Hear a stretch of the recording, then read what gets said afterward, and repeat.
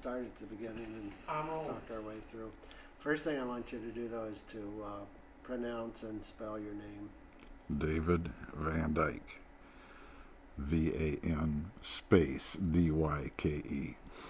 That's exactly why. These transcribers. You betcha. So, where was David Van Dyke when he decided he might have a military future? He was on the campus of the University of Wisconsin. Graduated in the summer of '67, and 10 days after graduation, I got a letter from the Madison Draft Board saying, show up for your physical.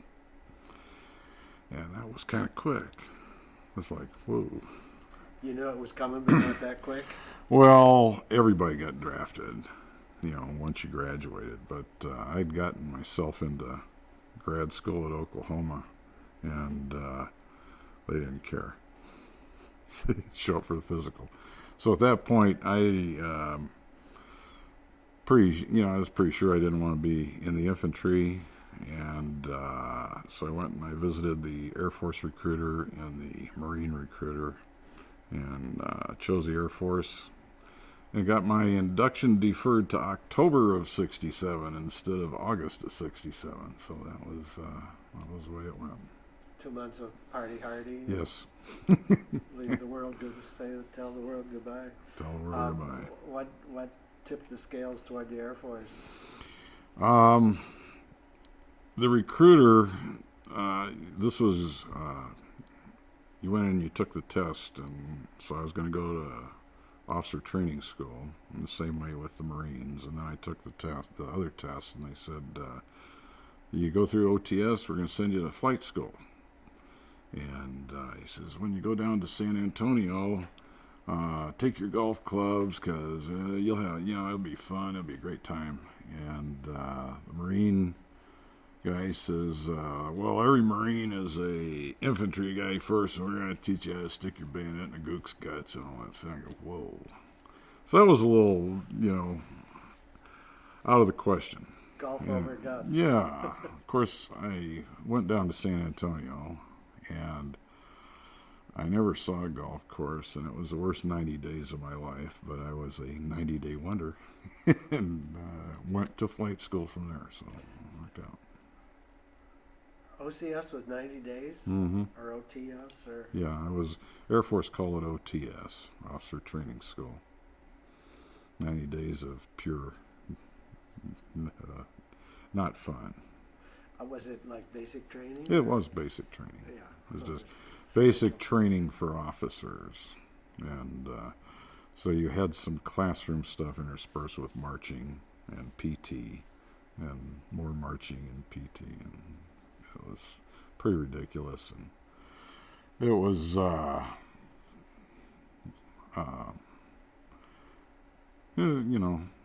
it was an experience you had to go through.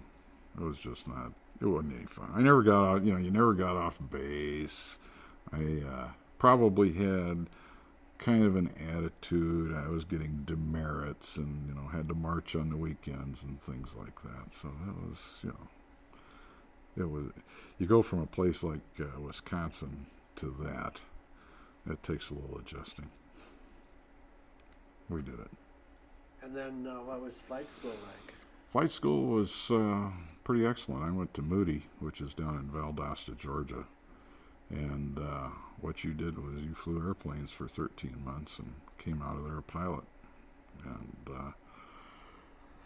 it was full of the, all the terrors and rigors that it takes to do that. You scared yourself a bunch, and you got used to it, and you figured out how to fly an airplane, and Air Force says, here's your wings.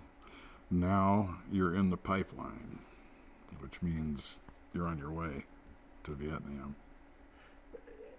Tell me more about figuring out how to fly an airplane.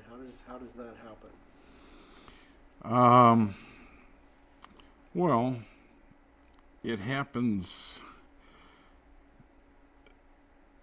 by practice, I guess. And you go up with an instructor, and he tells you to do this and do that, and pretty soon, you're doing this and doing that, and the airplane's doing what it's supposed to do, and you get the feel for it, and you kind of either have an aptitude or not.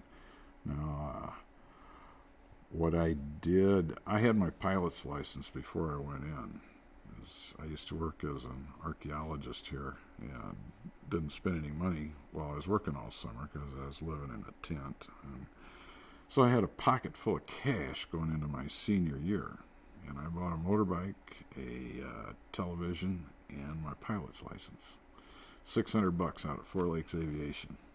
I started I think it was December 1966, went out for my first ride with the instructor, and on one month later in January I took my check ride with the FAA and got my pilot's license. But I also sacrificed my calculus grade with that. I didn't care. I wanted to do that more. But at any rate, so there's some aptitude that's involved. You've got to want to do it. But pilot training is learning what the moves are, learning how to do them, and then doing them and practice them until you get them right. So what were you learning to fly? Well, there you start off in the thing they call the T-41, which is a Cessna 172. That's just to find out who has any aptitude and whether they should spend any more money on you doing that. And then you go to the T-37, which was the Tweet. It was a small twin-engine jet. And you learn pretty much, how to fly airplanes in that. Then you went to the T-38, which was a very nice, fast airplane. And you learned how to fly fast jets and do some things at a little faster speed. Learned the whole difference about thinking ahead of your aircraft, and you got to change your thought process with each airplane. And so you did it with that. Project yourself a little further out. Yeah, because it's going to take you half the time to get there and have to do it, so you got to think twice as far ahead, type of deal. Mm-hmm. And what was the progression of that? At some point, did you specialize? Or? No. In the Air Force, everybody flies the same aircraft. Everybody graduates as a pilot. And then on graduation, at least the way it used to be, they handed out, here's a list of airplanes. And these are assignments assigned to your flight class. And you got to pick and choose by your position where you graduated. So the guy that graduated in the top got first pick. Went on down the line from there. Did you get your pick? I was one away from what I really, really wanted to do at the time, which was an A1, because I'm kind of old school thought, and that was old piston, single engine fighter type that was being used, and the guy ahead of me took that, so I took the OV-10, which was my second pick on the list. What did you like about the OV-10? Just about everything. At that time, it was a brand new airplane. It was very maneuverable, and the job was as a forward air controller. So those things, that was it. Didn't even think twice about it. So tell me about the OV-10. It was built by North American. It had two 715 horsepower engines, turboprop, which made it, in our estimation, extremely underpowered. I'd like to have two 1,500 horsepower engines, but it did anything an airplane can do, and it did it well. Didn't fly very high. The way we flew it didn't have any oxygen on it, so you couldn't, even if it could get there, if you worked at it, you could get it up where you needed oxygen, but it wasn't a high-flying machine. It was built to fly close to the ground and did that really good. And how did you find out about what a forward air controller does? Oh, just through word of mouth. I mean, you know, you're once you get the airplane picked, you go through a series of schools. You know, you go to survival school, then you go to sea survival or water survival school, and then we were what they called AFACs, which was a quote, and those were ones that were going to be assigned to the Army. So we had to be qualified in our Air Force jacket as a fighter pilot first. So we had to go out to Cannon and learn how to fly or shoot guns and drop bombs and things like that. And then you go to FAC school after that.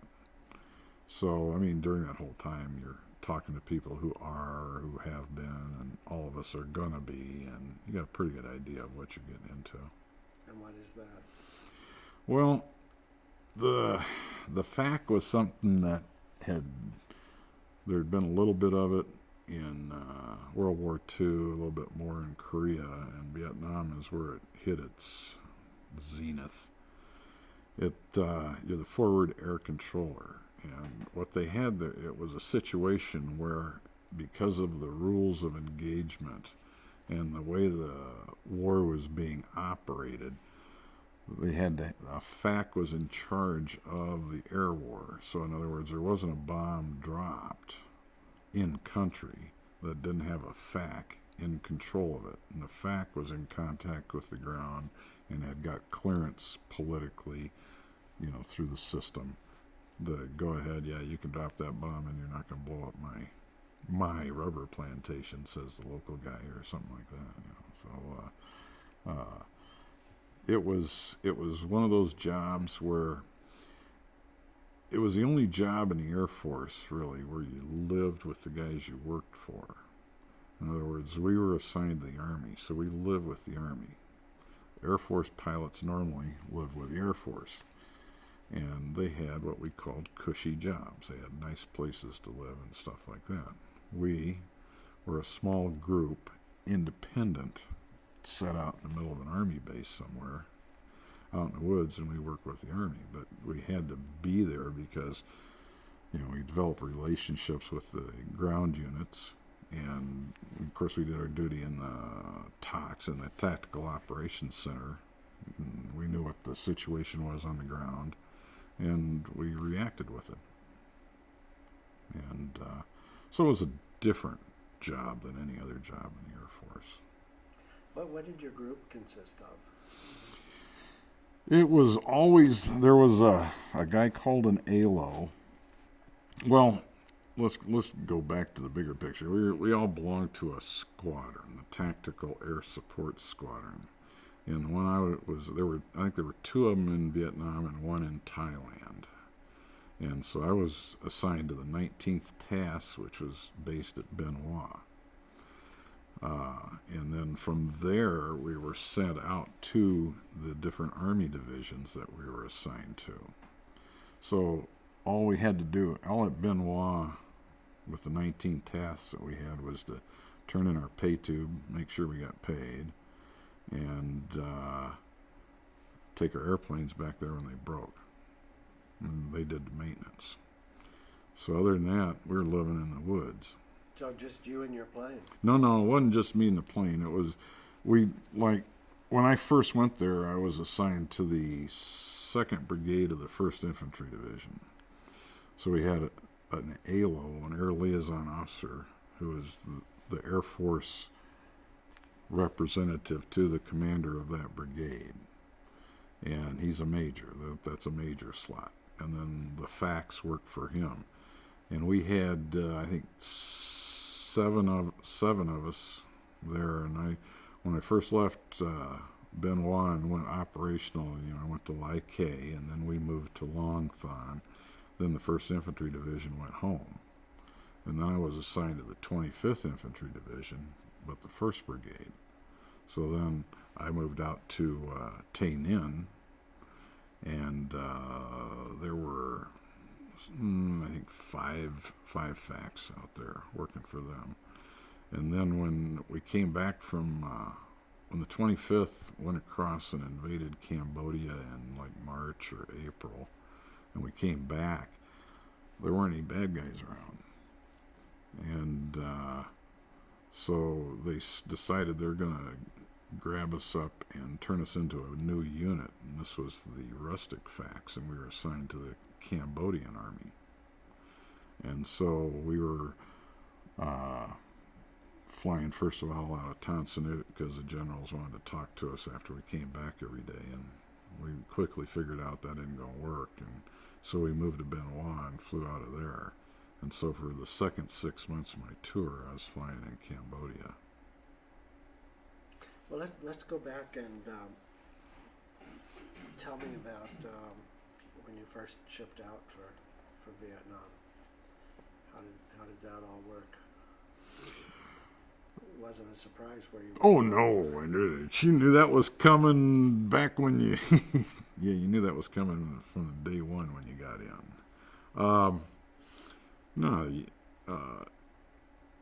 with the Air Force, I'm not sure about it, the Army and those guys, but you flew out of Travis, so you got out by Sacramento, California, and left from Travis Air Base and had a quick stop in Hawaii, and you flew to the Philippines. In the Philippines, they put you through jungle survival, and another fun time, a week of getting bit by mosquitoes and rats and things, and then you went to Vietnam. When you did the survival school, I mean, did you take it pretty seriously? Because Oh, yeah. there was a good idea that you were going to need that? Yeah, there was a definite possibility. But the things we had to do were, it was nice to go out and walk in the jungle, because they got the same jungle in the Philippines that they got in Vietnam. Walk in the jungle with a guy that knew what he was doing. And, he showed you how to do things with bamboo and where to look for the right lizard to eat and things like that. And don't eat these little bananas, but eat these bananas and, stuff like that. The main thing was that that they taught you there. Well, one of the things they taught you there is if you were captured, the code method of communicating, how they were communicating in the prison cells in Hanoi, and how that works. You had that kind of in your mind, and then you had to think of a grid pattern, and tick tick, bam bam, and you knew it was two down and 5 over or something like that, and then that was you pictured in your mind the alphabet. You could figure things out that way. But the thing that as far as what the training was, the thing I remembered most was they were saying, you got to realize that these guys that are out in the jungle in Vietnam didn't grow up in the jungle. They grew up in Hanoi and other places. They're pretty much just as scared of the jungle as you are. So, realize that you can be just as stealthy as they can be. Now, unlike in the Philippines, in the jungles around Clark Air Base, which is where we were, they had the indigenous folk were called the Negritos, and the king of the Negritos, MacArthur, had made him a permanent colonel in the army, so that and they hired his people to do perimeter guard duty around the base and things like that. Well, you didn't mess with these guys, but these guys were from the jungle, and we'd go out and be as stealthy as we could be and try to hide. And as soon as you settle down and figure you've got a hiding spot, some guy pokes his head through the weeds and goes, "Hi there," and what they're doing is they're working for bags of rice. You got to give them a little chit. He says, "Chit, sir," and he says, "You give me 2 more, because we got 3." And I says, "Well, it's only one of you." He says, "My uncle and my dad are right there," and they're standing up on the hill watching, going, "You stupid Yankee, what are you doing?" So at any rate, you knew that if you were out in the woods trying to get away from some guy that knew what he was doing, forget it. they knew what they were doing. And he said, yeah, but they said, these guys that you're going up against out there, they're, from Hanoi and Haiphong and all the other towns and stuff. They got drafted just like you did, and they're out in the woods. They're not the local farmers. No, there isn't any local farmers. There's no farmers out there, and there's no the guys that are walking through the jungles and chasing you are guys that they got the same job you got. So then it gave you a little confidence in trying to get away from people, if it ever happened.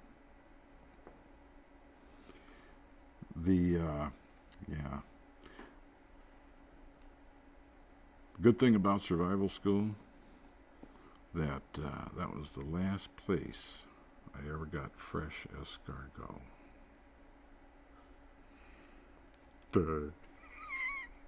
Says, oops, I got me an answer I wasn't anticipating. And how was it cooked? It was boiled in garlic water, I suppose, but it was good. For that freshness, a whole lot better than the canned things we call escargot nowadays. But they had it fresh there. It was all right. And then tell me about going to Benoit. That's where you went first. Well, yeah, you fly in. When we flew into Tonsonu, which is Saigon. And the first thing I noticed getting off the airplane was that place smelled just like Los Angeles. It was smoggy, smelled like smog, hot smog. And, that smell, you don't have it here with the lakes and the woods and all that sort of thing. But you get in big cities with a lot of congestion and everything, and it's smog. I just go, whoa. And the second thing that really hit me in that first hour, they put us on a bus, so we're going to take you to Benoit. And there's engineer cloth, around the windows. So I asked the driver, what's that all about? Oh, he goes, them damn VC try to throw grenades in the windows and things. I go, oh, man. I just got here. Stop telling that kind of stuff. So we're sitting there. Not training. Yeah, it's not training anymore, and then you go. That first, we got to Benoit, and they put us in the BOQ there, which was a building, and they said if you hear the siren go off, just get under the bed, you'll be all right. First night, siren off. We got rocketed our first night there, and one of the rockets landed about 100 yards away. I mean, that's a loud bang. And they had hit an F-100 on the flight line, and it was burning and firing off rounds. And then this one that hit over here, we went over the next morning, looking for where it hit. And there's, how the stop signs on an engineer post, and there's a hole you could stick all 4 fingers through the engineer post where the shrapnel went through. And damn, they're serious about this stuff. So that was day one. Or that was the morning after day one. I just go, okay, they are serious. That's all there is to it.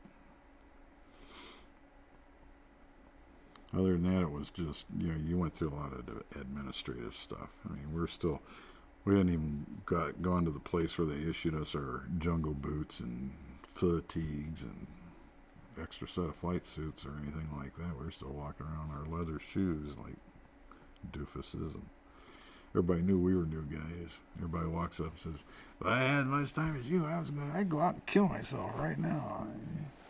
I'm so short.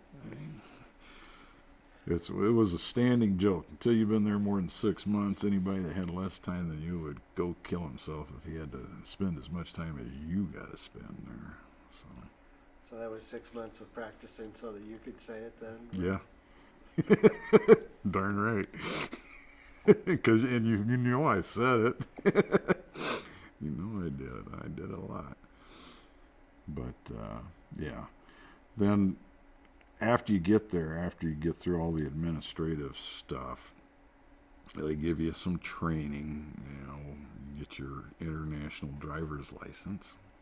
Got to have that to drive on the roads in Vietnam. And they took you through a thing they called FACU, Forward Air Controller University. And at FACU, they told you, this is what a FAC does. And, you know, it was kind of like just confusing stuff because you didn't know what they were talking about. But the guys that were doing it, teaching in there, were generally just trying to get you just the least little bit oriented so you weren't that dangerous when you went out and tried doing it yourself for the first time. And, you know, we flew around and got a couple of practice airstrikes and things like that because there were new fighter pilots coming in all the time too. And so new FACs put in new fighter pilots out in a patch of woods, and we blew up some trees and see if they could hit smoke and see if you could hit the ground with your smoke and, you know, things like that. One of the things about flying in the war zone is that there's artillery going off everywhere. And so they tell you, you got to get an artillery clearance, you know. You don't want to just go flying into an artillery barrage. You'll kill yourself, you know. You won't even know what hit you. So you go, okay, how do you do that? Well, you call Artie. Okay. And the first time I did it was like the first time every other dummy does it. I says, I'm going to be going from Benoit to Lyke. Is there any artillery in the area? And the guy goes, he starts reading off a list. I think he's going to say two things. Well, he says 55 places where they're shooting guns now. And I'm going, okay, thank you. And the guy in back is laughing his butt off. He says, dummy, don't tell him that. Tell him you can go put an airstrike there. Is it okay? I go, no, don't do it. We're shooting right there. I go, okay. You know, but he's telling you every round he's shooting from here to there, there, you know, and all these kind of places, and you have no idea what he's talking about yet. So you always, that was a good learning procedure. Although it was a joke on you, it's like being long time. You had to figure it out, and you knew what to ask after that. You knew not to ask stupid questions because you get answers that, and the guys that are giving you the answers know exactly who they're talking to. Here's some guy, he's going, I know, this guy doesn't know his ass from third base. Watch this. So, you know, you learn things like that. And then you get a couple hours, probably about 5 hours of getting yourself squared away in the OV-10 and kind of knowing procedures. And then they say, okay, somebody's going to be down here tomorrow to pick you up, be down at the flight line. So, you know, the guy from wherever you're going comes in and throw your stuff in the back. Of course, he did say, you got a fan? I said, no. Let's go down to BX right now and get you a fan. You know, it was miserable if you didn't have a fan just blowing right on you, because then you slept with the mosquitoes, and that wasn't any fun. So, you know, I had to get my big box fan. We went up to Lyke, and that wasn't, Lyke was an old rubber plantation. But the dirt there was that red clay. I don't know why rubber plants grew well in red clay, but they did. And, you know, we had just a spare hooch that they put us in. And, you know, just concrete floor and some wood walls. One end had the shower on it and a toilet in it. I mean, this was like Taj Mahal. I thought it was horrible. I go, oh my God. But it was like these guys were there going, oh, this is nice. What are you talking about? And I found out because, you know, the Army, like anybody else, I guess, when they're getting ready to go home, you move a couple of times. And by moving, you get rid of your junk. So you're not carrying more than what you need. And so the 2nd Brigade of the 1st Infantry Division had moved from Zion to Lyke. And I had been there, I got there in December, and then in January, we moved to Longthon. That was the second move they had made. By that time, they had gotten rid of all their spare junk and all that sort of stuff. And then in March, they furled the colors and went home. So is this I should 16, change tapes to- 69?